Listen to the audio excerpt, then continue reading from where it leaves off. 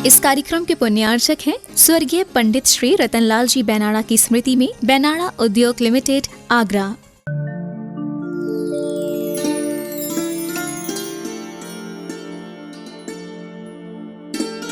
हाँ, मानवता से वो दानवता की ओर आ गया है। समझो कैसे हो मानव, दानव बन करके जी रहे हो।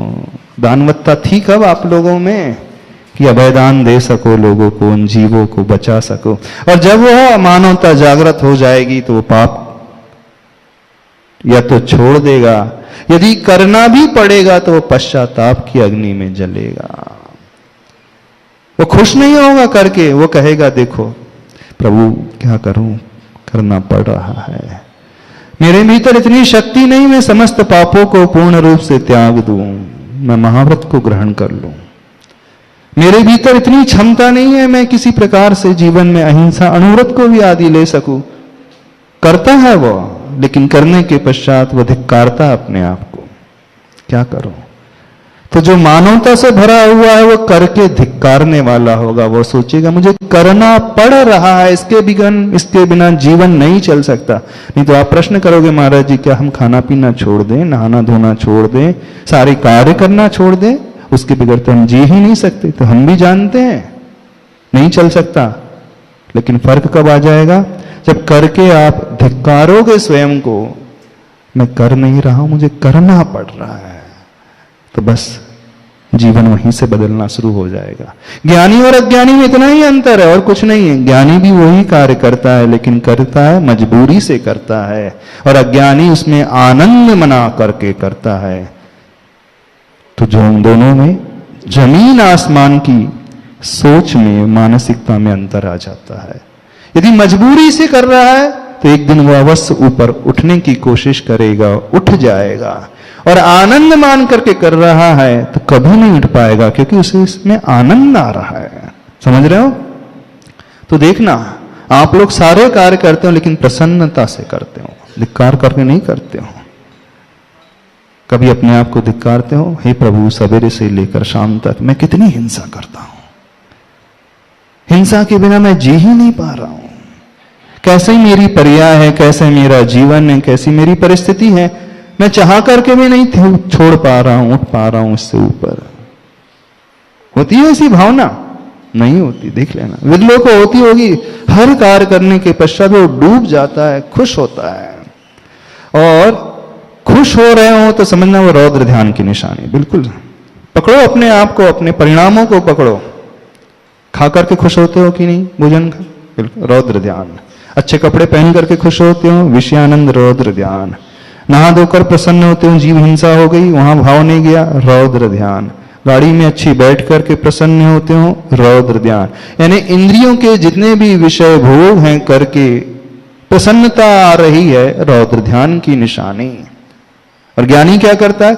करेगा वो भी सब कुछ, वो भी नहाएगा धोएगा, व्यापार करेगा, भोजन करेगा, भोजन बनाएगा, लेकिन हर कार्य करने के पश्चात वो सोचेगा देखो कितना पाप मुझे कमाना पड़ गया, अब क्या करूं प्रभु, इसके बगैर मैं चल नहीं सकता हूं। तो ये रौद्र ध्यान की श्रेणी में नहीं आएगा, ये सुधार की श्रेणी में आएगा। अंतर समझो इस बात को लेकर के। तो शुरू यहीं से होती है प्रक्रिया कि हम अपने आप को धिक्कार रहे हैं, क्योंकि हर व्यक्ति है मुनि नहीं बन सकता सर, हर व्यक्ति है घर बार नहीं छोड़ सकता, पूर्णतः पापों को त्याग नहीं कर सकता है, उसे उसी परिस्थिति में रहना होता रहता है। लेकिन रहकर वो क्या विचारधारा पैदा करता है? मुझे मजबूरी में सब करना पड़ रहा है। और अज्ञानी व्यक्ति आनंद में डूब करके करता है, बस यही पहचान है। तो आप लोग ज्ञानी हो, ज्ञानी हो? अभी तो बड़े प्रसन्न होते हो करके, खुश होते हो कि नहीं? हर व्यक्ति खुश होता है, बिरला होता होगा जो धिक्कारता होगा, अपने आप को पश्चाताप की अग्नि में जलाता होगा, दिन में 2 बार 3 बार 1 बार प्रतिक्रमण करता होगा। शब्दों वाला प्रतिक्रमण नहीं, भावों वाला प्रतिक्रमण। जो वो पाप सवेरे से लेकर रात तक करता है, वो हर क्रिया करने के पश्चात पश्चाताप करता है। नहीं समझ में आ रही बात? आ रही समझ में? तो पाप छोड़ दोगे? नहीं छोड़ोगे। हमारे जी छोड़ेंगे नहीं तो ये वाला अच्छा रास्ता है, पाप भी करते जाएंगे धिक्कारते भी जाएंगे, तो मायाचारी मत करते ना, तो ये तो और उल्टा हो जाएगा। हमारा जी ने बहुत अच्छा रास्ता बता दिया है, सब करते चले और धिक्कारते चले आओ, ऊपर से नहीं भीतर से। जो धिक्कारेगा जानते हो उसका करने का तरीका कैसा हो जाएगा, वो ऑटोमेटिकली बहुत जब नीड होगी, जब बहुत ज्यादा आवश्यकता होगी तभी वो करेगा, बहुत कम में काम चलाएगा, वो अनर्थ दंड तुरंत बंद कर देगा, फालतू कार फालतू हिंसा तुरंत छोड़ देगा। बहुत ज्यादा आवश्यकता है इस कारण इतना कर लो भाई, बाकी छोड़ दो, क्यों करें हम। यानी उसकी प्रवृत्ति उसका नेचर पूर्णतः से बदल जाएगा, फालतू के कार्य बिल्कुल नहीं करेगा। समझो इस बात को। नहीं तो मानना मानवता मर गई है आपकी, दानवता जाग गई है भीतर से। बहुत अच्छे से आगे आचार्य भगवान खोल रहे हैं। वसुधैव कुटुंबकम, इस व्यक्तित्व का दर्शन स्वाद महसूस इन आंखों को सुलभ नहीं रहा अब। ये नीति है ना, वसुधैव कुटुंबकम, वसुधा एव कुटुंब। वसुधा मतलब ये सारी पृथ्वी एक कुटुंब है, एक परिवार है। जो व्यक्ति इस नीति को मानता है, पूरी पृथ्वी को एक परिवार की भांति देखता है, वह अपने परिवार के सदस्यों को कभी दुखी नहीं करता है, पीड़ा नहीं पहुंचाता, हिंसा नहीं पहुंचाता है। आप अपने बच्चों को पीड़ा पहुंचाते हो, परिवार है आपका, मान लीजिए 4 मेंबर है, तो उन्हें कष्ट पहुंचाओगे, कष्ट पहुंचा करके खुश होगे? नहीं। जो परिवार मानता अपने परिवार के सदस्य को कभी पीड़ा नहीं पहुंचाएगा, बल्कि उसकी केयर करेगा, उसे बचाएगा, उसको प्रसन्न रखने की कोशिश करेगा। तो वसुधैव कुटुंबकम जो होता है ना, ने सारी वसुधा, सारी पृथ्वी, सारा लोग एक परिवार की भांति मानता है, तो वह किसी जीव को पीड़ा नहीं पहुंचाएगा, यानी वो हिंसा छोड़ देगा। मूल रूप से जो अवधारणा बनी वसुधैव कुटुंब जो सूत्र है, वो इसलिए है कि वो हरेक से अपना व्यवहार बहुत अच्छा रखेगा, हरेक की वो केयर करेगा, अपने संबंधों को बिगाड़ेगा नहीं। जब एक परिवार होता है, उसमें जितने भी सदस्य हैं, वो यही चाहता है ना, मेरे हर सदस्य से संबंध बहुत अच्छे रहे, मेरा व्यवहार अच्छे रहे, मैं किसी को हर्ट ना करूं, किसी को आंतरिक रूप से मानसिक रूप से पीड़ा ना पहुंचाऊं, मेरे व्यवहार से उन्हें ठेस ना पहुंचे। सबका वो ध्यान रखने वाला होता है। कौन? जो एक परिवार को मानता है। और जो जितना बड़ा परिवार मानेगा, वो उतने जीवों के प्रति करुणा से भरेगा। और जिसकी दृष्टि में सारी दुनिया एक परिवार हो जाएगी, वह सबके लिए अभय के बारे में सोचेगा, हिंसा नहीं अहिंसा के बारे में सोचेगा। तो वसुधैव कुटुंबकम किसके लिए होता है? जो आचार्य भगवान होते हैं। आचार्य भगवान को देखा है, सारी पृथ्वी उनके लिए एक परिवार है। मनुष्य ही नहीं, पशु भी उनके लिए परिवार का हिस्सा है। मनुष्य को नहीं, पशुओं को भी वह बचाने की कोशिश करते हैं गौशाला के माध्यम से। क्यों ये सब कार्य कर रहे हैं? क्योंकि उनकी दृष्टि में सारी पृथ्वी में रहने वाले प्राणी उन्हीं के परिवार के सदस्य हैं, उन्हीं के परिवार है। जब मेरे परिवार के सदस्य हैं, तो मैं उन्हें पीड़ा कैसे पहुंचा सकता हूं? समझ रहे? यानी अंदर जो इस सोच को लेकर के आता है, इस सूत्र को जो अपनाता है, जानते हो, वही तीर्थंकर बनता है भविष्य में। तीर्थंकर बनने वाले जितने भी जीव होते हैं ना, कौन सी भावना विशेष भाते हैं?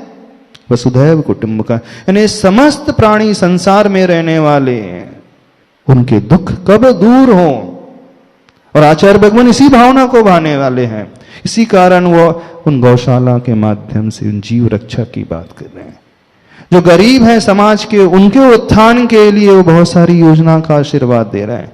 न केवल जैन बल्कि अजैन जो गरीब लोग हैं, आदिवासी पुरुष महिलाएं आदि हैं, जो नहीं रह पाते अच्छे से, उनके लिए आचार्य भगवान ने हथकरघा का योजना दी है, ताकि वो हथकरघा से जुड़ करके आर्थिक रूप से संबल और संपन्नता प्राप्त कर सके।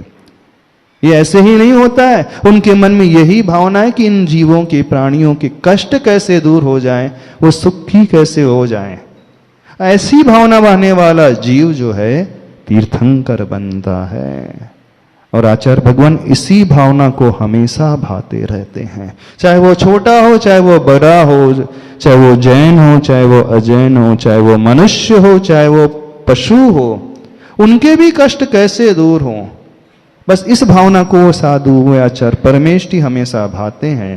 यानी उनके लिए पूरी वसुधा, पूरी पृथ्वी एक परिवार की भांति है। और ऐसा जीव ही भविष्य में तीर्थंकर प्रकृति को बांधने वाला होता है।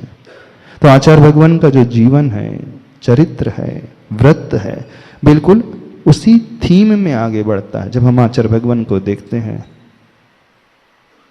आचार्य भगवान ने एक बहुत सुंदर हाइकू लिखा है, दुखी जग को तज कैसे तो जाऊं मोक्ष यह सोचता।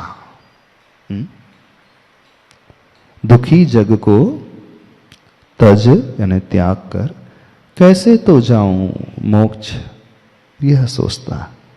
यानी आचार्य भगवान मोक्ष नहीं जाना चाहते हैं। वैसे इस मार्ग में जो भी निकलता है किस लिए? मोक्ष की प्राप्ति के लिए। सुनना आचार्य भगवान की जो हृदय की वेदना है, आचार्य भगवान के जो भाव है, बोले मैं संसार को छोड़ करके नहीं जाना चाहता हूं। कहां पे नहीं जाना चाहता हूं? मुझे मोक्ष भी नहीं चाहिए। बोले क्यों? इतने सारे दुखी जीव हैं संसार में, जब तक मैं रहूंगा तो हो सकता है हमारे पुरुषार्थ से कई जीवों के कष्ट दूर हो जाए, उनके दुख दूर हो जाए। तो मोक्ष से जो ज्यादा बेहतर यही है कि संसार में रहा जाए, इनकी दुखों को दूर कर दिया जाए, इन्हें ऊपर उठा दिया जाए। यानी ऐसी भावना उनकी मन में, हृदय में जागती रहती है। तो उन्हें मोक्ष भी जाना रुचिकर नहीं लग रहा है। बाकी सारे स्वार्थी होते, बोले हमें तो मोक्ष जाना है, लेकिन आचार्य भगवान को ये पीड़ादायक लग रहा है। क्या पीड़ादायक लग रहा है? क्यों हम मोक्ष चले जाएं जल्दी से? जितना अधिक समय तक संसार में रहेंगे उतना ही जीवों का उद्धार होगा, होगा कि नहीं? उतने ही जीवों की रक्षा होगी, उतने पशु संवर्धन होगा, गायों की रक्षा होगी, गरीबी जो है उन्मूलन हो जाएगी, लोगों को रोजगार मिल जाएगा, लोगों के लिए एक सहायता मिल जाएगी, उनके जीवन का स्तर सुधर जाएगा। जो असहाय बच्चे हैं उनके लिए पढ़ाई का एक साधन मिल जाएगा, लोगों को एक अच्छा जीवन सीखने के लिए, चरित्र अच्छा बनाने के लिए प्रतिभा स्थली जैसी क्षेत्र मिल जाएंगे। तो बोले नहीं, जब तक हम संसार में हैं तो क्यों ना संसार में रह करके उन जीवों के कल्याण के लिए, उनके हित संपादन के लिए कार्य किया जाए। तो आचार्य भगवान को पीड़ा हो रही है मोक्ष जाने में। कभी आपके मन में ऐसी भावना होती है? नहीं होती ना। तो जो वसुधैव कुटुंबकम की भावना भाता है वो हमेशा परोपकार में डूबा हुआ होता है। और ऐसा परोपकारी जीव ही भविष्य में तीर्थंकर बनता है। मात्र दर्शन विशुद्धि आदि 16 कारण भावनाओं से, 16 कारण भावना तो सब पढ़ लेते हैं, उसके सारे व्रत कर लेते हैं, उपवास कर लेते हैं, सब करते हैं, लेकिन उसके साथ क्या होना चाहिए विशेषता? संसारी प्राणियों के कष्ट कैसे मैं दूर कर सकूं, प्राणी कल्याण की जो भावना में अहरनिश नित्य डूबा रहता है वो बनता है। यदि मात्र दर्शन विशुद्धि से तीर्थंकर बनना होता तो सारे छायिक सम्यक दृष्टि तीर्थंकर बन जाते, क्योंकि उनका सम्यक दर्शन सबसे ज्यादा निर्मल निर्दोष होता है। फिर भी हर छायिक सम्यक दृष्टि तीर्थंकर प्रकृति को नहीं बांधता है। इसका अर्थ है कुछ ना कुछ उसके भीतर एक्स्ट्रा ऑर्डिनरी और क्वालिटी की आवश्यकता है। और वो कौन सी क्वालिटी है? अपाय विचय धर्म ध्यान। सुखी रहें सब जीव जगत के, कोई कभी ना घबरावे। ऐसा धर्म ध्यान जिसके भीतर हमेशा चलता है, वो ही जीव जो है तीर्थंकर जैसा बनता है। तो इसमें कोई संदेह नहीं। आचार्य भगवान जिस आचरण को, जिस चरित्र को पाल रहे हैं, जिस भावना को हमेशा अपने भीतर पालते हैं, वो भविष्य में आगामी काल में बहुत जल्दी उन्हें तीर्थंकर की पदवी को दिला करके ही रहेगा। क्योंकि वो अपने लिए जीवन नहीं जी रहे हैं, वो परोपकार से भरे हुए हैं, प्राणी मात्र के लिए भरे हुए हैं। उनके उत्थान में ही वो अपना उत्थान मानते हैं, उनके कल्याण में ही उनका स्वयं का कल्याण होता है। क्योंकि आचार्य परमेष्टि का एक लक्षण होता है परहित प्रतिपादन एक कार्यम। कौन सा लक्षण होता है? आचार्य पूज्य पाद स्वामी जी सरवार सिद्धि ग्रंथ में कहते हैं, युक्ति आगम कुशलम परहित प्रतिपादन एक कार्यम। पर का हित प्रतिपादन करना बस एक ही प्रमुख लक्ष्य जो होता है वो आचार्य परमेष्टि का है। और ऐसे ही आचार्य भगवान गुरुदेव श्री विद्यासागर महाराज जी का जीवन है कि परहित में ही वो लगे हैं। और ये भावना कब होती है जानते हो? जब वसुधैव कुटुंबकम की भावना से अपने आप को जीव भावित करता है। हर व्यक्ति ने अपने घर की सीमा बना करके रखी है, नहीं है? चार दीवारी खींच करके रखी है। चार दीवारी गिरा दो ना तो पूरा समाज आपका परिवार बन जाएगा। देश की चार दीवारी गिर जाएंगे तो सारा विश्व एक परिवार बन जाएगा। तो उनकी बुद्धि में, उनकी मानसिकता में कोई दीवार है ही नहीं चारों तरफ। तो उनकी बुद्धि में क्या है? सारी दीवारों से रहित, भेदभाव से रहित प्राणी मात्र, जीव मात्र है। और इसलिए सारी वसुधा एक कुटुंब की भांति, परिवार की भांति उपस्थित हो गई। समझ रहे हो वसुधैव कुटुंबकम क्या कहलाता है? नहीं, आचार्य भगवान लिख रहे हैं, बोले वसुधैव कुटुंबकम इस व्यक्तित्व का दर्शन, स्वाद, महसूस इन आंखों को सुलभ नहीं रहा अब, क्योंकि अब तो सब स्वार्थी बन करके जी रहे हैं, नहीं जी रहे। सबको अपने से और अपने वालों से लेना है, परों पराये के लिए कुछ भी चिंता ही नहीं करना। सब स्वार्थी बनकर, सेल्फिश बनकर के जी रहे हैं। यदि वह सुलभ भी है तो भारत में नहीं, महाभारत में देखो। भारत में दर्शन स्वार्थ का होता है। हाँ हाँ, इतना अवश्य परिवर्तन हुआ है कि वसुधैव कुटुंबकम इसका आधुनिकीकरण हुआ है। वसु यानी धन, द्रव्य, धा यानी धारण करना। आज धन ही कुटुंब बन गया है, धन ही मुकुट बन गया है जीवन का। वस्तु स्थिति का चित्रण आचार्य भगवान कह रहे हैं। वो वसुधैव कुटुंब अब सुलभ नहीं रख, बोले भारत में नहीं दिखता, तो बोले कहाँ दिखता है? महाभारत में, यानी शास्त्र में लिखा हुआ मिलता है वसुधैव कुटुंबकम। कि महाभारत कृष्ण जी ने श्लोक लिखा था वसुधैव कुटुंबकम। बोले महाभारत ग्रंथ में ही पढ़ने मिलता, अब तो वसुधैव कुटुंबकम की बातें शास्त्रों में ही पढ़ने को मिलती हैं कि सारी पृथ्वी एक कुटुंब की भांति है। अब भारत में देखने नहीं मिलता है। क्यों नहीं देखने मिलता? सब व्यक्ति स्वार्थी बन करके जी रहे हैं। स्वार्थी बन करके जी रहे हो कि नहीं? देख लो अपने अपने भीतर जाग करके। दुनिया को तो छोड़ दो, पड़ोस का जो बच्चा है ना, और अपने बच्चे में कितना भेदभाव आप स्वयं कर जाते हो। देख लेना, जितनी माँ बैठी हैं, एक तरफ आपका बालक है, एक तरफ उतनी ही उम्र का वैसा ही बालक है। भेदभाव हो जाता है कि नहीं? कर देते हो कि नहीं? हो सकता है वो आपकी देवरानी का भी हो, जेठानी का भी हो, पड़ोसी का भी हो, और किसी का भी हो, तो भी भेदभाव कर जाते हो। करते हो कि नहीं करते? यानी कितना स्वार्थी व्यक्ति हो गया है आज। नहीं हो गया, उसे अपने से, अपने वालों के अलावा कुछ नजर ही नहीं आता। और धर्म जो है इसका नाम नहीं है, इसका नाम तो मोह है। अपने लिए, अपने परिवार के बच्चों के लिए जीना, उनकी केयर करना, तो पशु भी कर लेते हैं। आप क्या करोगे? बंदरिया देखें, कितनी सारी बंदरियां हैं, अपने बच्चे को हमेशा अपने सीने से चिपटा करके घूमते रहती हैं, अलग ही नहीं करती हैं। एक झाड़ से दूसरे झाड़ में भी जबान कूदना है तो पहले उसकी केयर करेंगे, एक हाथ उस पर रखेगी फिर कूदेगी। आपसे ज्यादा तो मोह, आपसे ज्यादा राख तो वो बंदरिया करती है। नहीं करती? नहीं करती है कि नहीं? आप तो अपने बच्चों को छोड़ भी दोगे, वो छोड़ती नहीं कभी। ध्यान से देखना इतने बंदरों को, कभी नहीं छोड़ते अपने बच्चों को। वो खुद गिर जाएंगे, खुद भी होगा, पहले उसकी रक्षा करेंगे। तो जहां मोह की बात है, राग की बात है, अपने वालों के केयर की बात है, तो पशु भी करता है। कौन सी बड़ी बात हो गई? और मनुष्य से ज्यादा कर लेता है, अच्छे से कर लेता है। खुद भूखी रह जाएगी, पहले उसे खिलाती। देखना, खूब सारे बंदर यहाँ तो दिखते रहते होंगे चारों तरफ। नहीं देखते हो आप लोग बंदर को? देखा है बंदर को? नहीं देखा? जो अपने बच्चे को लेकर के पीठ पे, एक पीठ पे है, एक छाती में चिपका करके घूमते रहते हैं। यदि आप भी वैसा जीवन जी रहे हैं तो फिर क्या अंतर रहा? अंतर है? कोई अंतर नहीं रहा। ऐसे नहीं लगता? लगता है ना? नहीं, हर व्यक्ति स्वार्थी हो गया है आज। तो बोले वसुधैव कुटुंबकम किसके दर्शन तो भारत में होते ही नहीं। बोले महाभारत में ही देखने मिलता है, बोले शास्त्र में ही लिखा मिलता है, बाकी तो सब कहने सुनने की बात है। धर्म की बातें सुनते रहोगे, आप करते तो कुछ हो नहीं। मोह थोड़ा सा भी नहीं छूटता। हम तो कह भी नहीं रहे मोह छोड़ दो, आचार्य भगवान क्या कह रहे हैं? बिल्कुल नहीं कह रहे कि आपसे मोह छोड़ो, बस इतना करने के लिए कह रहे हैं मोह करना है तो सबसे करो, राग करना है तो सबसे करो, सबको चाहो, तो वो राग भी वीतरागता की ओर लेकर के चले जाएगा। यदि हम राग बहुत करते हैं, हमसे राग नहीं छूट सकता है, नहीं छूट सकता ना, आप लोगों से राग नहीं छूट सकता ना, ठीक है, कोई आवश्यकता नहीं राग के त्याग की, कोई आवश्यकता नहीं मोह को छोड़ने की, बस थोड़ा सा राग और बढ़ा लो।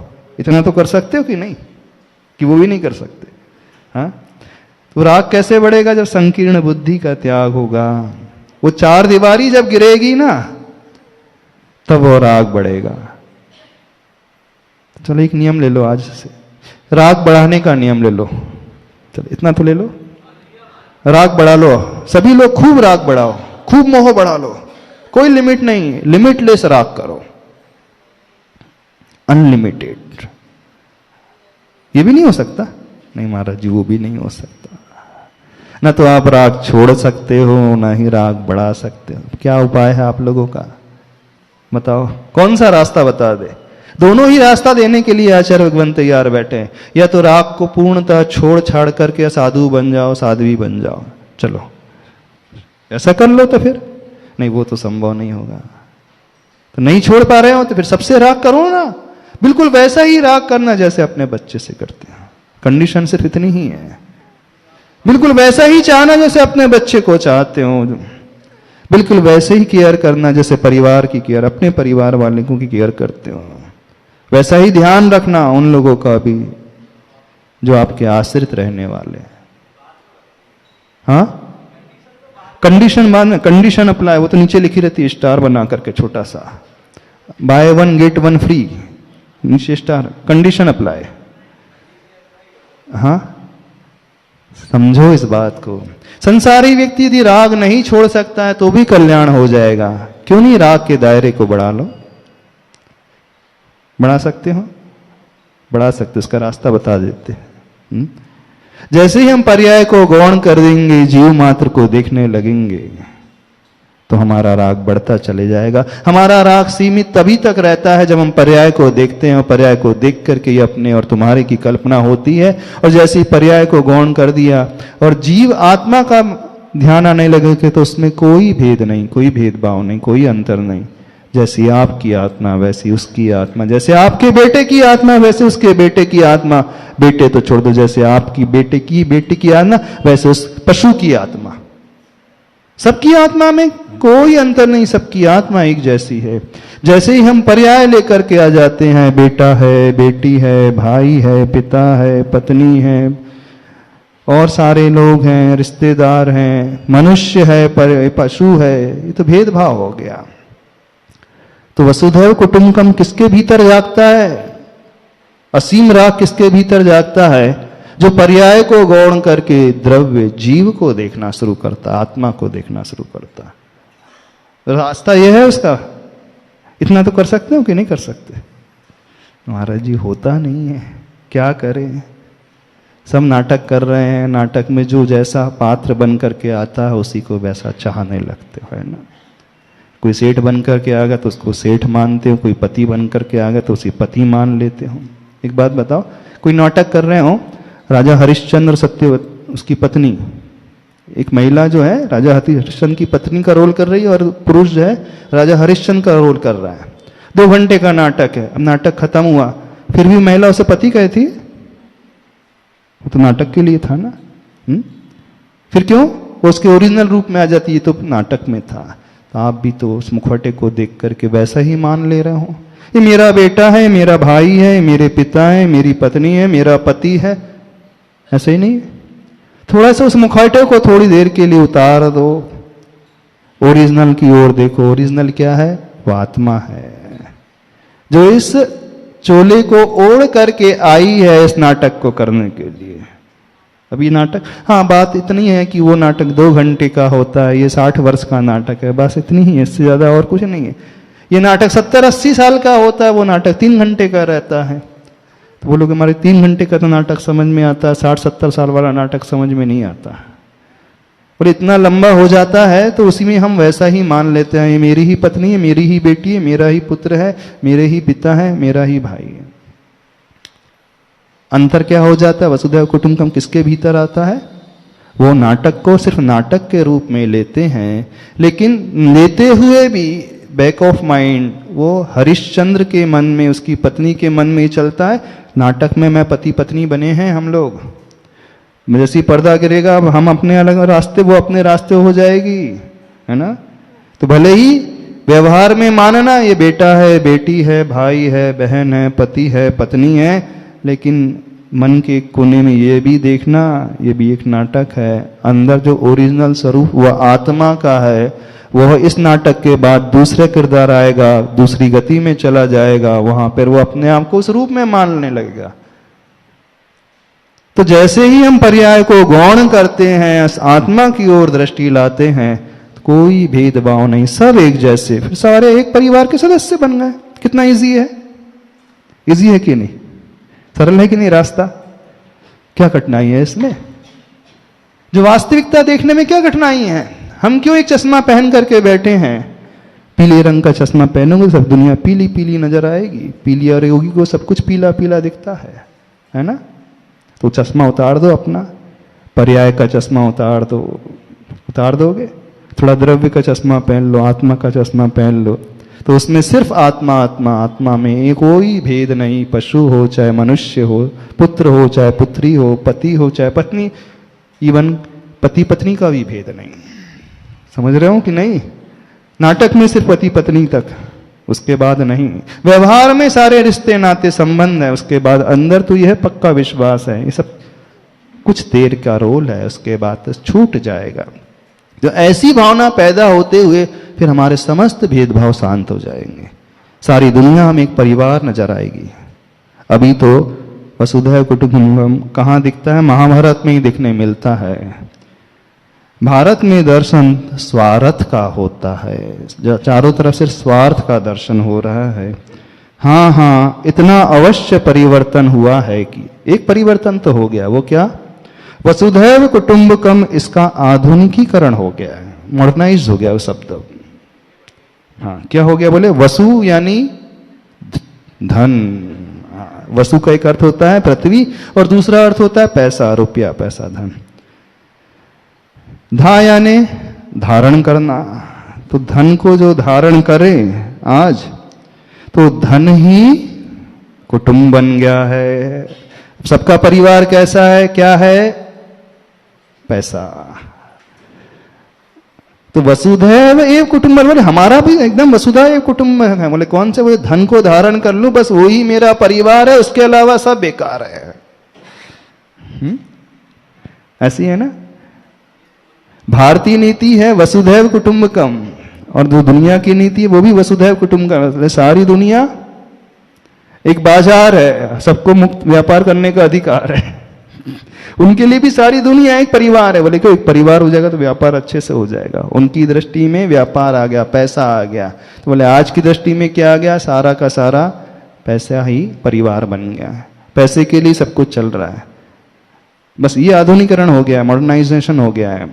पैसे के लिए है तो वो माँ है, वो भाई है, वो बेटा है, वो पति है, वो पत्नी है। पैसा नहीं है तो अरे सब अपने अपना भाग्य लेकर के आते, मैं कहाँ तक उसकी सेवा करूंगा, है ना। भाई भाई भी छोड़ देता है ना एक दूसरे को, नहीं छोड़ देता। अब मैं कहाँ तक करते रहूं, उसका भाग्य है। और पैसा है, हाँ हम एक परिवार के सदस्य हैं।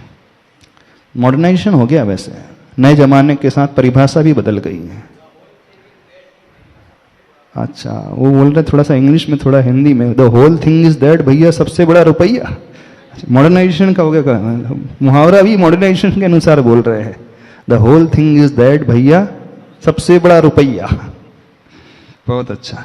तो आपका परिवार कौन सा है बताओ? धन, पैसा, तो कौन सा है? भले ही ऐसी ऐसी गर्दन हिलाओ, लेकिन अंदर से तो ऐसी ऐसी चल रही सबकी। सही बता अंदर से तो हाँ बिल्कुल सही है महाराज जी, बिल्कुल सही है। क्या करे, उसके बिना चलता भी तो नहीं है, समझो। तो धन वसु यानी धन, द्रव्य, धा यानी धारण करना। आज धन ही कुटुंब बन गया है, धन ही मुकुट बन गया है जीवन का। परिवार भी बन गया है और वह मुकुट सिर पे धारण करने वाला वह बन गया है। अब मछली कहती है माटी को, कुछ तुम भी कहो माँ, कुछ और खोल दो इसी विषय को माँ। सो मछली की प्रार्थना पर माटी कुछ सार के रूप में कहती है कि अब अभी तक तो मछली अपनी बात रख रही थी, अपने विषय को रख रही थी। अब वो माँ से पूछती है, मैंने तो इतना समझा है, अब तुम भी कुछ और विषय को खोल दो। इस विषय को तुम भी कुछ कहो। सो मछली की प्रार्थना पर माटी कुछ सार के रूप में कहती है कि बड़ा अच्छा विषय है, रोचक है। सुनो बेटा, यही कलयुग की सही पहचान है। कौन सी पहचान? कलयुग की कौन सी पहचान है? बाप बड़ा ना भैया, हाँ सबसे बड़ा रुपया, यही है ना। क्या गजब की पहचान है, बोले कलयुग की पहचान है। उसके लिए भाई भाई पर केस कर रहा है, वो उसकी इज्जत को दांव पे लगा रहा है। भाई भाई तो छोड़ दो, बेटा भी पिता पर केस कर देता है और माँ के ऊपर भी केस कर देता है। करता है कि नहीं, प्रॉपर्टी के लिए, साइन कराने के लिए। कलयुग की पहचान आ गई, कलयुग में जी रहे हैं अपन। आप तुरंत बरी हो जाओगे, क्या करें महाराज जी, पंचम काल है, कलयुग है, तो कलयुग में तो ये सब होना ही है।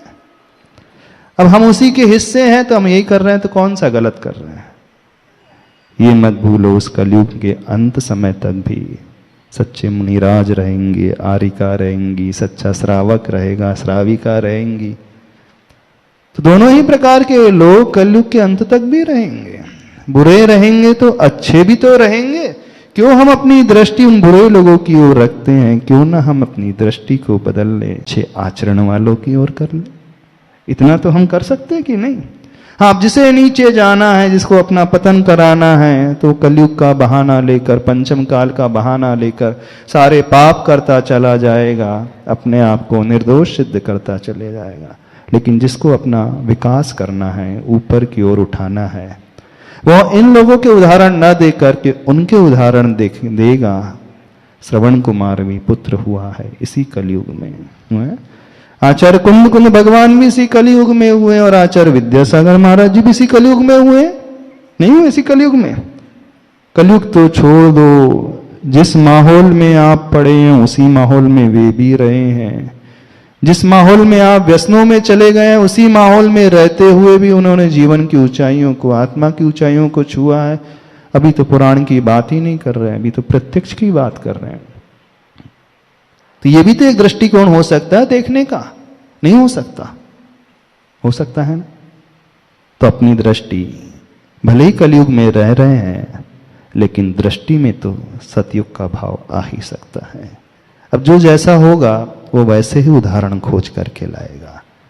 यदि हम बुरे हैं तो हम बुरे लोगों के उदाहरण खोज करके लाएंगे, दोष देंगे काल को कि काल में ऐसा ही होगा, होता है।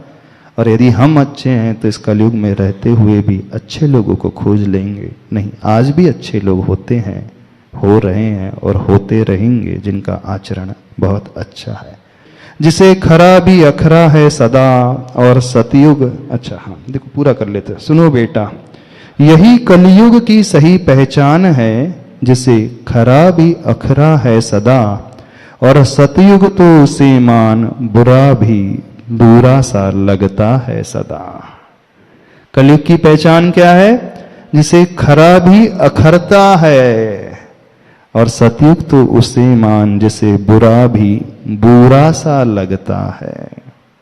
बुरा मतलब मीठा।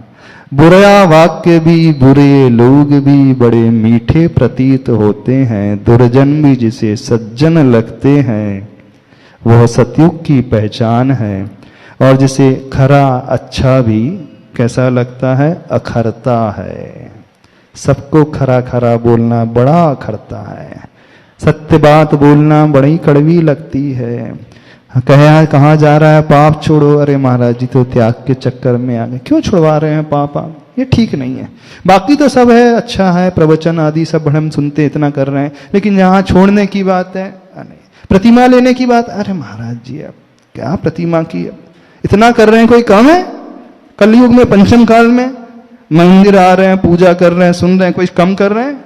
बहुत बड़ा एहसान कर रहे हो, है ना? कहाँ प्रतिमा की बात, कहाँ त्याग की बात, कहाँ जीवन सुधार की बात? प्रतिमा की बात आते ही, त्याग की बात आते ही अखरने लगता है ना। तो समझना वो कलयुग है। कौन सा? आपके मन का कलयुग। और जिसे बुरा भी बुरा सा लगता है वह सतयुग है। तो आज तो बुरा तो कोई, बुरे को कोई अच्छा मानता ही नहीं। वो तो दुर्जन को सज्जन मानना तो छोड़ दो, सज्जन को और दुर्जन देखता है। उल्टा है, दुर्जन व्यक्ति को सज्जनता की नजर से नहीं देखता, वो सज्जन को भी दुर्जन की नजरों से देखता है। आप अपनी जिंदगी में सज्जनों को अधिक पाते हैं कि दुर्जनों को अधिक पाते हैं? अच्छा, सज्जन तो मिलते नहीं, सारे के सारे दुर्जन हैं। कलयुग भरा है हमारे माथे में। इसका मतलब यदि हमें दुनिया में सज्जन नहीं मिल रहे हैं तो समझना हमने कलयुग की वृत्ति को ओढ़ करके रखा है। और जिसे कीचड़ में कमल दिख जाता है तो समझना उसने सतयुग वाली वृत्ति, यानी कीचड़ में भी कमल को, फूल को देखने की भावना अपने भीतर की है। थोड़ी सी दृष्टि ऐसी बनाना, बना सकते हो, बना लोगे तो आपके लिए अच्छा रहेगा, नहीं है तो जो चल रहा है सो चलता ही रहेगा। इतना ही कहना पर्याप्त समझते हैं। बोलिए आचार्य परमेष्टि गुरुदेव श्री विद्यासागर जी महाराज की।